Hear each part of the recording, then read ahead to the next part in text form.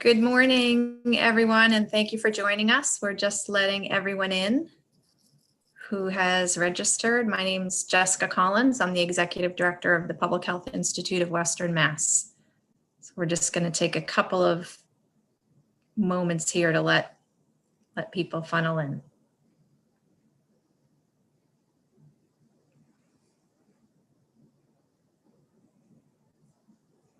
Great.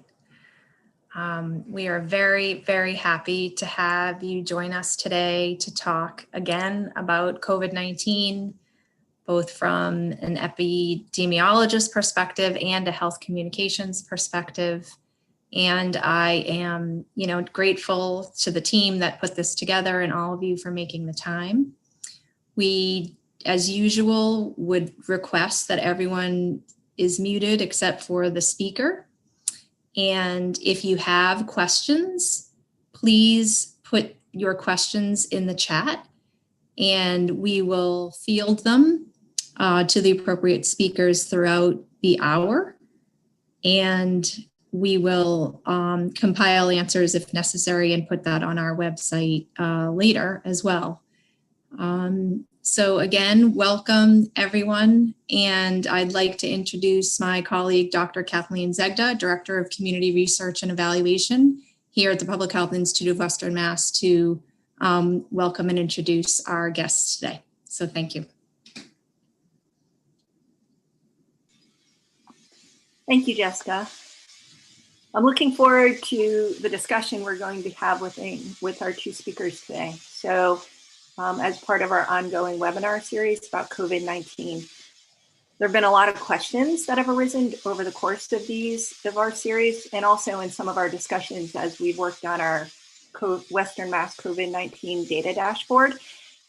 Questions about data the state's releasing and what it means, and also in some of our discussions about how we effectively use the data and other information to engage and communicate for effective health messaging.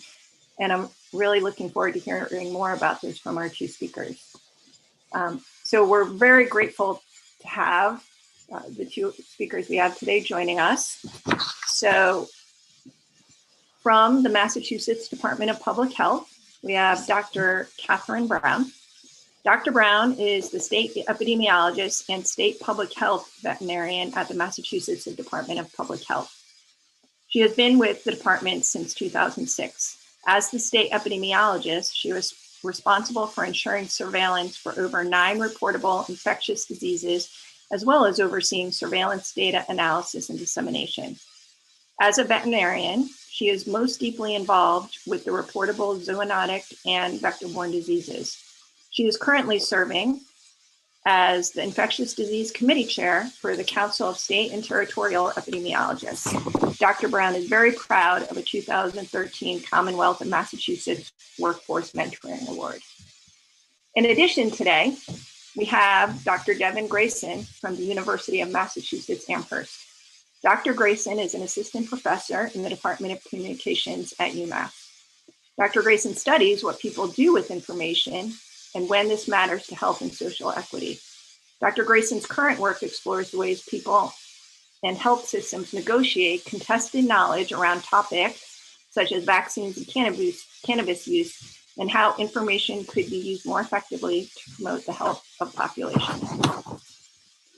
So for today's webinar, we will start with Dr. Brown and hear from Dr. Brown about MDPH data, what it is, how it's used, some of the questions that have arisen and what we know. And then we'll hear from Dr. Grayson, who will speak about effective health communications and some of her work and research related to that. And this will be followed by a Q&A session where people will be able to ask questions, and we'll hear from our two speakers. Again, if you have questions, please put them at the chat, and then we're going to hold on asking them until both speakers are done. So first, I will turn it over to Dr. Brown, and she will share some of the work that's going on related to COVID-19 data at the Department of Public Health. Good morning, everyone. Just getting the slides going here. Thank you so much for the invitation to present here today. And I'm super excited to have sort of back-to-back like data collection and then data communication presentations. I often joke with folks that if I were going to go back to school, which I'm not because I finally paid off all my student loans, that I would get a degree in health communication. So really, really excited to get through my talk and then hear Dr. Grayson. So, I think all of you are aware that the amount of data that is coming out around COVID-19 it's almost unmanageable, right? You can't take it all in because there's so much. And just as a flavoring, I'm showing 4 different data sources on the screen. So top left is the Department of Public Health, bottom left is the CDC, top right is Johns Hopkins University, which honestly, this map, I was glued to this map during January as we were watching things happen in China. And then on the bottom right is the Institute for Health Metrics and Evaluation, I believe, out of Washington State University, who has done really some amazing modeling work. But I mean, this is just a tiny proportion of all the data that are out there. And one of the things we've really been struggling with during all of this, I mean, as an epidemiologist, somebody who actually, went to school and trained for that, is that everybody has become an armchair epidemiologist during this pandemic. And they think they know a lot of things, and some people really do, and others not so much. And then just for fun on the right, I'm actually showing epidemiologic information. This is the map from John Snow in the cholera epidemic in London. And so just kind of to flag that there is really a big difference in just looking at data and not understanding where it comes from and how it is collected. And then trying to make decisions based on those data. Without knowing sort of the background, it's very hard to use it effectively. So I'm going to talk a lot about data that's collected through case investigation and contact tracing, which is not all the data that we get related to COVID, but it is certainly, I think, key to understanding what's happening in the pandemic and to being able to make appropriate interventions. So the way case investigation and contact tracing works, and to be clear, this is not specific to COVID, right? This is all of the 90 plus reportable infectious diseases in Massachusetts, and most of which are also reportable in other jurisdictions. So this is how the system works, right? So somebody has to get sick and then choose to decide to go visit a healthcare provider. So, not everybody is going to get sick from an exposure, and not everybody is then going to go to a doctor. But for those who do go to a doctor, the doctor then, evaluates them and makes decisions about whether or not diagnostic tests are appropriate. I will tell you that from a public health reporting standpoint, diseases that have a test associated with them for diagnosis are the best for us. This is the most reliable reporting mechanism for us. So when a lab test is ordered, that some information goes to the lab plus the specimen, they run the test. And then for most of our large kind of pre-existing laboratories, and I say pre-existing because of course there's been a whole lot of new testing laboratories set up related to COVID, some of which are actually good laboratories and some are just trying to jump on the gravy train. But anyway, so our pre-existing laboratories have an established electronic reporting mechanism, which means that test results that are positive on reportable diseases get automatically reported into the Department of Public Health. We have a secure online database, which is shared with all 351 different independent health jurisdictions in Massachusetts. So as soon as that result shows up in our Maven database, it's visible to our local health partners. And then somebody, and for COVID, it is either someone at the local board of health or someone through the community tracing collaborative, which is sort of a surge capacity system that was stood up to handle the large volume of cases associated with COVID. Will call the patient and try to gather some information. For certain other diseases, you would make a call to the healthcare provider instead of to the patient. But for COVID, most of the information that we really need comes from the patient directly. That interview is conducted. The data are entered back into the Maven system, and that's how information is collected on cases. A subset, a de-identified subset of the information that is collected by the department ends up getting reported automatically to the Centers for Disease Control in order to help inform the national picture.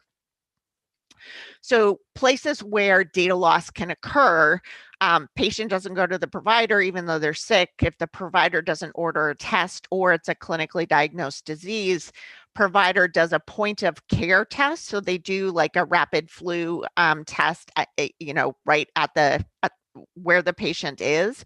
Those don't get reported to the department. The lab reports have incomplete data, so that the lab sends us the name of somebody and a date of birth, but no address, as an example. Some labs, and particularly some of the ones that have stood up during COVID, they report by fax or spreadsheet, which then has to get individually manually entered into the system, which is time consuming at the best of times. If the patient isn't investigated because, somebody doesn't have time, which happens a lot with COVID, the patient never responds to the call from the health department or from the community tracing collaborative. That's a big thing as well.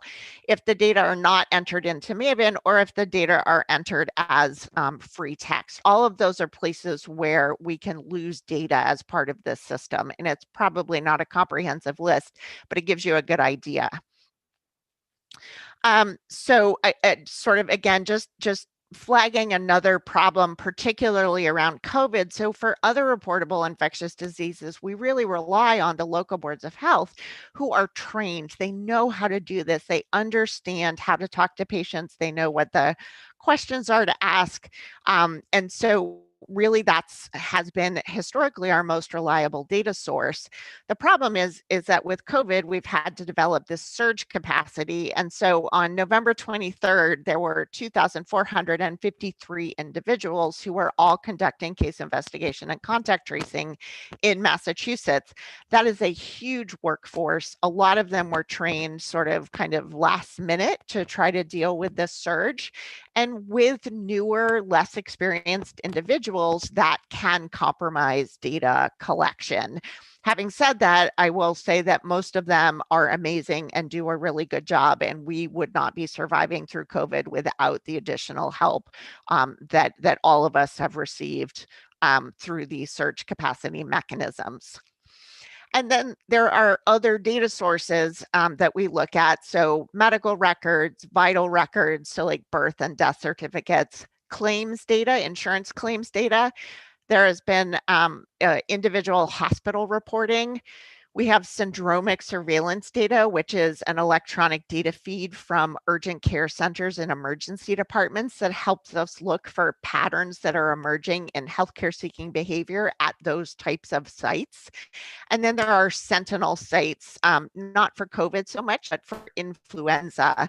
These are providers who have agreed to see cases, to report information about likely cases of influenza that they see. And for COVID, just to sort of flag this for everyone, in addition to just the routine reporting about a notifiable infectious disease like COVID to DPH, there have been additional, that should be state requirements, not statute requirements. So state requirements for additional reporting that have been set up by the governor and the secretary, and then additional federal requirements that have been set up by the Health and Human Services Secretary. But so the system produces data like this. And this is just, one example. This is confirmed and probable cases of COVID that have been tracked and reported over the course of the pandemic. And this is also deaths. So the confirmed and probable cases are reported through the infectious notifiable disease system, and deaths reported through vital statistics. And then here's another piece of data that we're getting. So this is, as I've mentioned, the laboratory test results themselves are reported to us, and really wanting to flag the huge volume of testing that is happening and that we are trying to collect data. We, the public health system, trying to collect data on every single test that is administered. For most diseases, we only try to capture the positives, but for COVID, it's important to get the negatives as well. And so the volume of data that is being handled every day is really just dramatic. So just a couple of examples of data that we get and use as from this case investigation and contact tracing.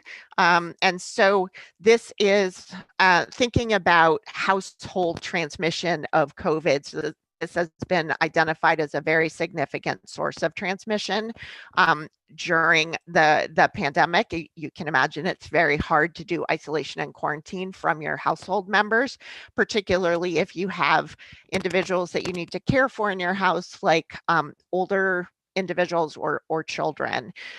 So we define a cluster, a household cluster, as 2 or more cases in people who have the same address and are diagnosed with a COVID-19 infection within 14 days of each other and are not linked to another exposure setting. And so that's how we're defining our household data. It's important to understand with data that there is no perfect definition, but as long as you explain what your definition is, it makes your data kind of more understandable and useful. At least that's the theory. Dr. Grayson can tell me if I'm wrong. So just showing, I think, one way to look at these and show the importance of household cluster data. So the gray bar here is cases of COVID that have no association with any cluster. They're just single cases that we don't know where they got infected. There's the household cluster, which is the green bar, and then non-household cluster. And as an example, these would be people who are associated with, say, like a cluster at a restaurant. So there are, of course, an endless number of exposure settings where people can get COVID, and we have tried to bucket them into exposure settings. And again, you could rearrange the way these are collected, but again, as long as you kind of share and communicate how you're doing this, it makes your data more understandable and more useful. And we show some of these data are provided in a different form in our weekly data report that gets posted to the Massachusetts Department of Public Health website every Thursday. But these are some of the ways that we look at it internally to try to understand what is happening. I do not think that this is a useful graph for most people, but we use it looking at sort of the trends in the different exposure settings and how significant a proportion of the whole they are contributing to. And so this is actually relatively recent data, and it's indicating that we have seen that a few of the settings that are contributing substantially are our childcare settings, our social gatherings, and also our long-term care facility settings. So this is the way the data are showed in our weekly report. And one of the reasons to do it this way is people can cut and paste this out and then do their own sort of manipulation and visualization. But again, I like to take the data and do my own visualization that works well for me to help sort of understand what's happening. So this is a graph that shows numbers of clusters on the x-axis and the associated number of cases in those clusters on the y-axis, and then the size of the circle is is proportional to the number of cases. And when I look at this over time, so this is data from a month ago, and then I look at data from the most recent month, I can see that things are changing. I can see that social gatherings and manufacturing and warehouses, which is our industrial settings, as workplaces, have increased in their sort of relative importance. We are seeing more cases associated with those exposure settings. Restaurants and food courts have also popped up as being more significant. But some of the problem with these data are that this is a disease that has a 14-day incubation period. 45% of people are asymptomatic. Aerosol transmission is possible. There are just an endless number of settings. So as an example, trying to decide if you have school transmission, how do you know if it's school versus sports versus playing with your friends versus other activities that school-age children are involved in versus like bus or carpool? People have notoriously poor memory for things that they are doing, and it's hard to report back 14 days. They don't really understand the importance of sharing the data. They may not want to share information because they think they're going to get in trouble or someone else is going to get into trouble. Small clusters are often difficult to detect. And we don't really have denominator data, like how many people are actually eating at restaurants, and therefore is the number that we're seeing associated with restaurants, is that actually meaningful? I know I'm just about at my time, so but I am going to run through just a few more slides real quick. So other things that we have been doing and working with the contact tracers on is really trying to take some deeper dives into really important clusters. This was a large, very large cluster associated with a church that then resulted in at least 23 different businesses with their own clusters and ended up with a university associated cluster following this.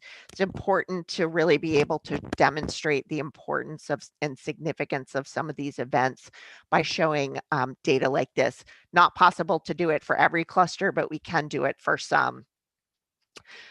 Looking at how age groups have contributed over time has been really important. At the beginning of the pandemic, this was largely something that happened in older individuals, but younger groups are forming a larger proportion of cases. And then looking into sort of how those people are getting exposed and what are their activities has been important for informing more recent intervention methods. This is some work that we did looking at ice hockey, which really popped up as being a risky sport. And this shows in blue bars the significance of hockey as compared to other organized sports, which were the orange clusters. And then again, just to sort of wrap up, to say that these are the issues associated with trying to gather useful, relevant, and then actionable information when it comes to COVID-19. And I just wanted to thank you all for your attention, and I'm going to stop sharing my slides. Thank you so much, Dr. Brown, for sharing that information. I think it's helpful. Not everyone is aware, or many people aren't aware of the processes to collect this data, and then how the Department of Public Health works to turn this into actionable data. And there is a tremendous amount of work clearly that goes into this. So just wanted to say thank you to you and all of the people at the Department of Public Health for all of this important work that you're doing. Thank you. I will tell them that because they don't get a lot of thanks. So appreciate it. Yes, thank you so much. So now I'm going to turn it over to Dr. Grayson, who is going to speak about communications, health communications. Great, thanks so much. And I also want to underscore, thank you, Dr. Brown, for that update. I think it's that hidden work that goes on behind the scenes so much that is so essential to knowing what's going on. And without data, we don't even know what to communicate. And I agree with what you said in your introduction about how the data and the communication go hand in hand, because we need the data to know what to communicate, what to recommend, And if we don't have the communication, we can't put those data into action a lot of the time. So I'm here today, of course, as an expert in effective public health communication. And so far in this novel coronavirus pandemic, we've had some important health communication successes and some definite missteps, and most of us are working really hard to do better. In general, with health communication, the common questions as applied to prevention communication are really what works to get people to engage in preventive behaviors, and how do we know what works? And there's two general bodies of research we look to know what works. One is around communication research around messaging, and what kind of messaging changes people's attitudes and beliefs. That doesn't always connect to behaviors. And then there's intervention research on what seems to be associated with behaviors or how are interventions playing out in communities, but that doesn't always take into account ecological factors such as the setting and other interventions that are happening at the same time. So these each give us parts of the puzzle. We have to really piece it together, knowing that also sort of the board that we're piecing it together on is always changing as context changes, populations change, and we have new factors in the setting such as new viruses emerging. The overall take-home message that we have about effective prevention communication at this point is twofold. First, that there are some general principles of good health communication that we should endeavor to put into practice. And second, that different audiences will respond differently, so there's unlikely to be one panacea for effectively communicating a message to everyone. So in the next 10-15 minutes, I'll talk first about some general principles of effective public health communication, and then a little bit about what we can learn specifically from vaccine communication, where there's been a great deal of research around this. And finally, some specific considerations when it comes to messaging around COVID-19 prevention. So in terms of general principles, the first general principle is to know your audience. We are communicating messages to a lot of different audiences, and there are different appropriate language and different appropriate images for different audiences. One way of helping improve the effectiveness of our messaging is to partner with trusted leaders for specific communities and trusted messengers to deliver messages to those communities. It's also a general good practice to use the affordances of your format. And when I say affordances, I mean properties of something that help define how it's used. So the affordances of a chair mean that it's most commonly used for sitting on. When you're communicating, face-to-face communication has different affordances than radio broadcast, which is different from online video in a forum like this on Zoom, which is different from print media. So you therefore have to consider the medium when you're crafting your messages as well. And finally, people like to be respected, they like to be included and cared about. People don't usually like to be targeted, which is language that we use in public health a lot, but when people feel sort of targeted, it doesn't feel like you're being cared for. So a second area of general advice around effective health communication is that it's always important to be very clear about the objectives when you're trying to send a message. That means usually you are only able to focus on one main message per sort of communication if you're doing say a radio PSA or a poster. You want to use active voice and be really clear, not wishy-washy, about what is the behavioral action or change you want people to take. And as Dr. Brown was getting to earlier, I think you need to be really clear about the reason for the message. And this often involves using data to show the science behind the recommendations. Now, when you're sharing data, you have to be cautious, of course, in the use of numbers. Are they presented in ways that are appropriate to the audience? For the general public, for example, whole numbers are usually best. And visualization, and again, Dr. Brown, you had great examples of data visualization there in many different ways. Visualization helps a lot. However, some audiences will want access to the raw data to examine themselves to the extent that privacy permits. Another issue with using data is we don't want to make people have to do math to get our message or to trust our message. So for example, when we're using statistical comparisons, we want to make sure that we're always using a common denominator. And we don't always realize in public health when we're not doing this, but it's fairly common not to. So one example of that is a concern people sometimes have when they're worried about the flu shot is the fear that it could trigger a rare condition called Guillain-Barré syndrome, which is a usual temporary syndrome that can cause weakness and sometimes paralysis. And they're worried about this because in 1976, there was a pandemic flu shot that was associated with the syndrome, and people have been worried about it ever since. So to reassure people, we often cite the statistic that there is 1 Guillain-Barré syndrome admission, hospital admission, per 1 million flu shots. Very rare. But there are 17 per each 1 million influenza cases. So you're much more likely to get the syndrome if you have influenza than if you get the flu shot. However, most people don't get influenza every year. So we don't tell people how likely they are to get a flu in the given year, and we leave them on their own to try to do the math to make the comparison. And we risk looking like we're intentionally manipulating statistics when we really don't need to, because if we did the math for people, it would still come out in favor of getting flu shots. In addition to statistics, it's important to be sure that any graphs or maps don't look like you're trying to hide things. So for example, in infectious disease, we commonly show a graph of the decrease in measles over time to try to communicate how important it is to vaccinate. And after we started vaccinating people, measles incidence decreased dramatically. But to be most effective, we need those graphs to go back quite a while before we introduce the shot.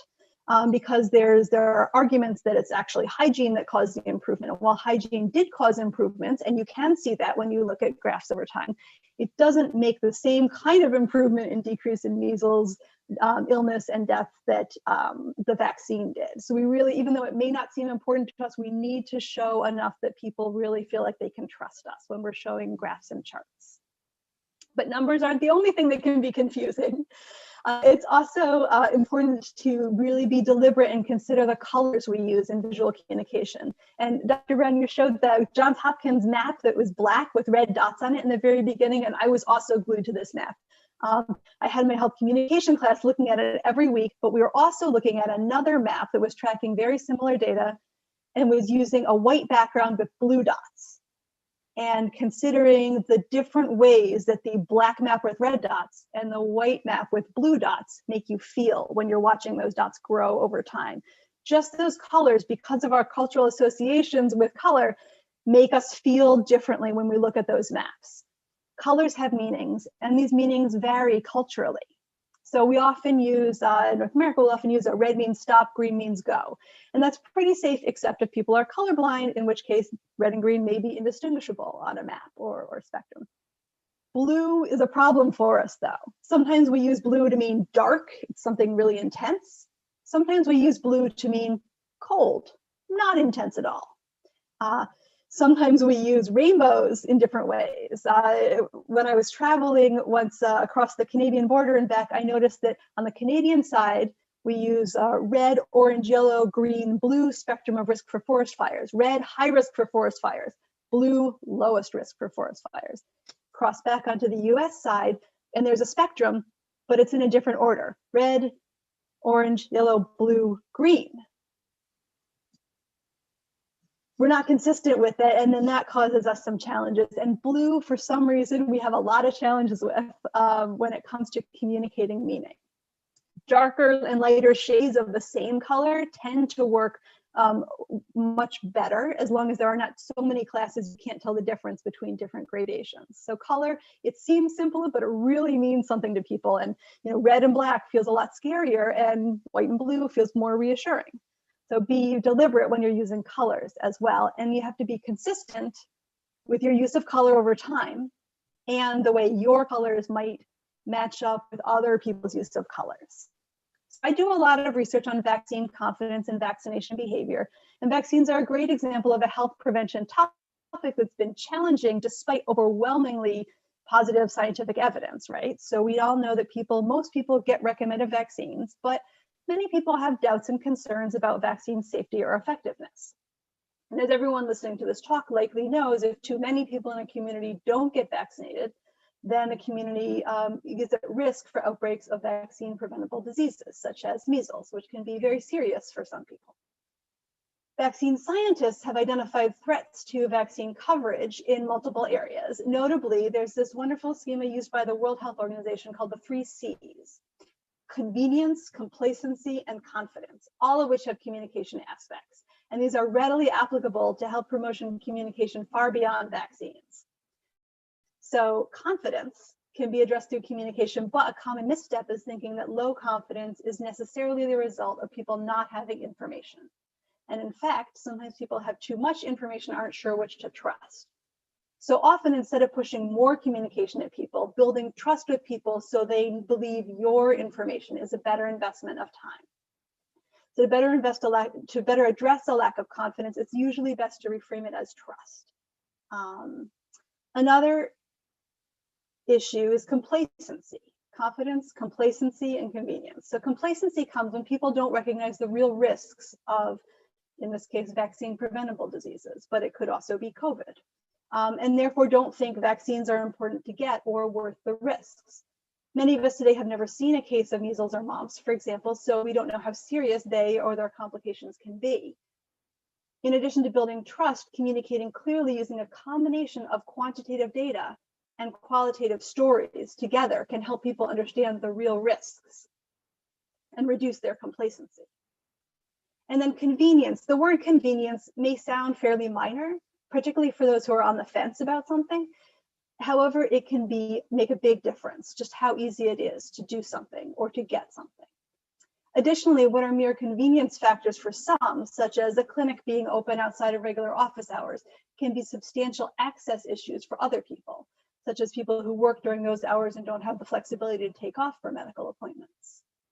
So a lot of the factors involved in convenience, like funding, health services delivery, et cetera, aren't within the scope of communication efforts. Communication is essential so that people know about convenient and accessible services. For example, in vaccination, a free program won't reach everyone unless they know whether free means their insurance will be billed, if there might be copays or administration fees, even for a free service, and whether the service is available to everyone, even the uninsured, and both available and safe for people who may be undocumented.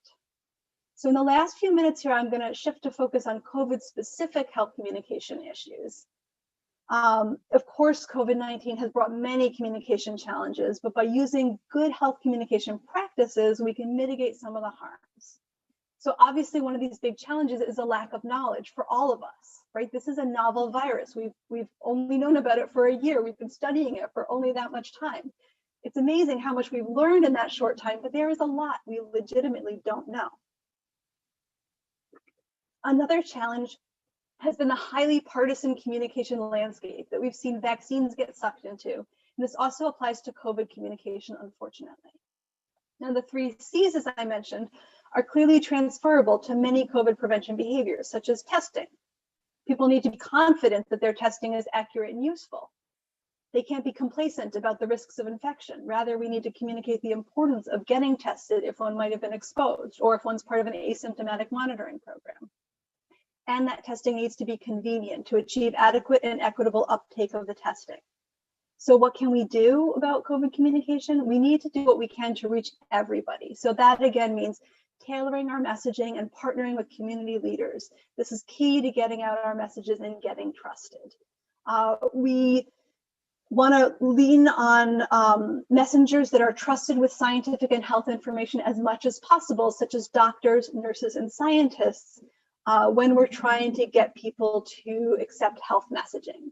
And we can also leverage relationships with influencers. And sometimes influencers means sort of celebrities. The Franklin County Boards of Health, for example, partner with local radio stations to have popular hosts record PSAs about safer holidays. You may have heard them using the theme this holiday season, don't give COVID a place at the table.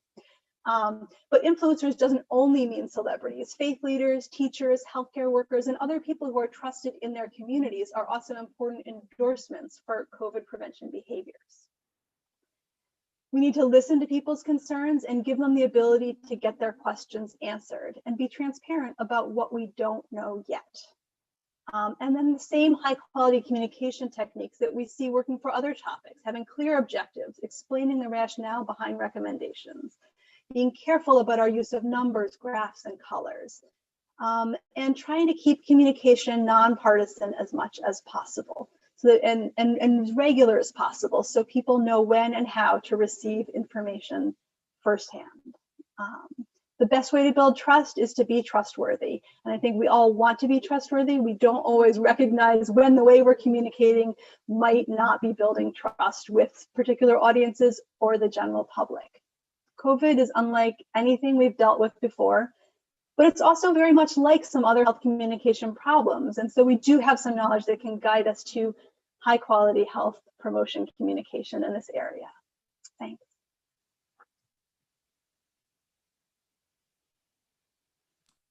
Thank you so much, Dr. Grayson, for sharing your knowledge as an expert in the area of health communications and speaking to specific suggestions and recommendations about how we can learn from health communications overall as we think about COVID as a whole. So now we are going to move into our Q&A period, and I would encourage people who have questions to put them in the chat box. And as we do so, and as people may do so, I will go ahead and speak a little or ask a question here as we're waiting to see if there are other questions people have for our two speakers. So Dr. Brown, again, thank you so much about sharing about the DPH data. And so I was wondering if there, in what you were sharing, I know you were rushing at the end, if there was anything else that you wanted to share with us about what you're learning and the process and where you see us going from here with some of the data. So that is a superb question. And, you know, I think, so there've been a lot of conversations, not just in Massachusetts, but nationally about how do we improve collection of public health data in general. And so I think what, now that vaccines are available, I mean, admittedly, only just available, and we're kind of starting the next phase of this marathon. But I think that from a data standpoint, we need to turn and start looking at ways to receive data and share data in more accessible and electronic ways. Case investigation is always going to require some of that personal touch. You know, you have to actually talk to the person who has COVID or influenza or measles or anything else in order to get some information. But if we can get a lot of consistent basic information, like clear, consistent demographics up to and including like occupation and housing status and preferred language. And, you know, some of these things that we don't automatically come and are not collected in consistent ways in electronic medical records and therefore cannot be shared electronically, then we can turn and be more efficient at the way we use the interview time when we're talking to someone.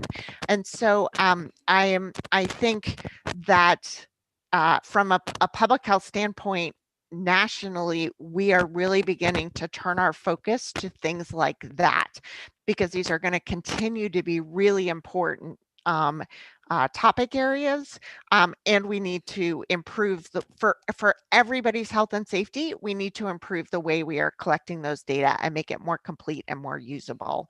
So it didn't. Sorry, I used a media trick where I answered the question I wish you'd asked me. But I think this is a really important part of the conversation for sort of next steps. Okay, great, thank you. There was a question that was raised about, and many people in the chat, I don't know if you have looked, have appreciated this talk and both of your guys' talks. And so the video is being recorded, and so it can be shared and people can view it afterwards. There was a lot of wonderful information that was shared. So there's a number of questions that have come in, and one is, and there are a few that are asking and speaking to the politicization of COVID messaging, and also about vaccination. So I was wondering, Dr. Grayson, if you could speak to that more and how we might be able to navigate that. Yes, yeah, I'd be happy to. Right, so I started studying vaccines about 6 years ago, and at the time we could say what we had going for us with vaccination that was untrue of a lot of other science communication topics like climate change was that it was not partisan. You saw people with doubts and concerns about vaccines sprinkled across the political spectrum evenly. And over the past 5 years, that has really shifted as anti-vaccination activists have gotten more unified with other conspiracy theory networks. That's not the only thing that's going on with vaccine doubts and concerns, but in terms of sort of the anti-vaccine thought leaders, we have seen that happen. And that's been super challenging. Kathleen, can you just rephrase? I just missed the second half of that question out of my mind there. Can you just? So how we might approach that then, right. given. So social media is incredibly good for stoking doubts and concerns. And so are sort of, the other parents on the playground type of interactions are incredibly good for stoking doubts and concerns. And that is a challenge because these are very prevalent in people's lives these days, particularly when we're more physically distant from other people, face to face. However, we do know that relationships of trust, and in particular, longitudinal relationships of trust with your family doctor, with your pediatrician, with your OBGYN or midwife, with a faith leader that you've had for a long time, these long-term relationships of trust are much more influential and carry a lot more weight than doubts and concerns coming from somewhere on the internet. So there are technological fixes that are, often another area of my research where technology platforms are trying to address the proliferation of mis and disinformation. But what we can do in public health messaging is really make sure that we have the trusted, real people countering those messages with real messages that involve facts and explanations and continue the rapport they have with folks who may have doubts and concerns. Okay, great, thank you. So there's a number of questions that have come in. One question that has come in, and this is for you, Dr. Brown, is whether it would be useful to break up the 0 to 19 and 20 to 29 age group into different youth-related age groups that may be linked to settings, for example, 0 to 4, 5 to 11, etc. And are you guys, you may already be considering this and doing this, and so. So it's a great question.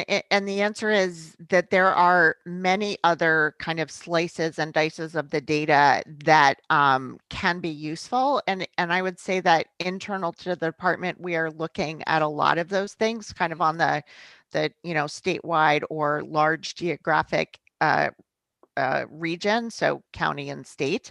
I think one of the things that we struggle with when it comes to COVID is, again, there is so much data out there, and there are so many audiences, and it's important to frame your data for the audiences, right? And so I think that we have made some decisions about, how much data we're going to be able to show so that people and still make it consumable, right? Manageable. But I think there's still room for conversations about that. And the other thing is that we try to provide data in raw form online so that people who want to do more with the data can take it and do additional things. But I will tell you that every time we've made a decision about one way to show data, somebody is not happy about it, right? We have not figured out a skill, and maybe Dr. Grayson could tell me how to do it, but we have not figured out a way to address all the audiences and make everybody happy. And it is certainly something that is that we are continuing to try to refine and also adapt as the pandemic has gone along. There are different data points that are more or less important, or we think have been more or less important along the course of the pandemic. And I think that will continue to happen, and we will continue to evolve with that. Great, thank you. So another question that has come in, and it was for both of you. How do we address the increasing and problematic, or the perspective that my opinions are just as important as your facts?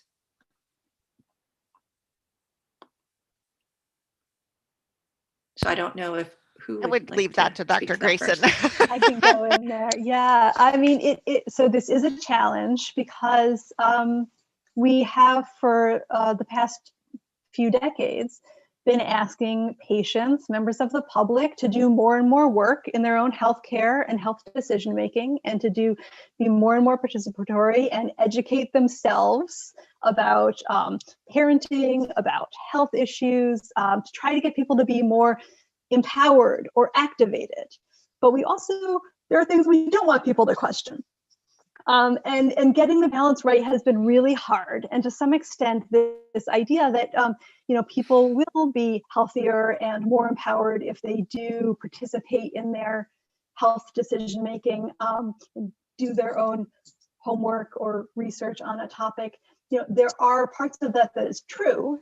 And there are parts of it that are either a burden on people culturally or because of their own individual characteristics and not helpful to them. And also ways that messaging has gotten convoluted so that people's trust in authorities has been eroded.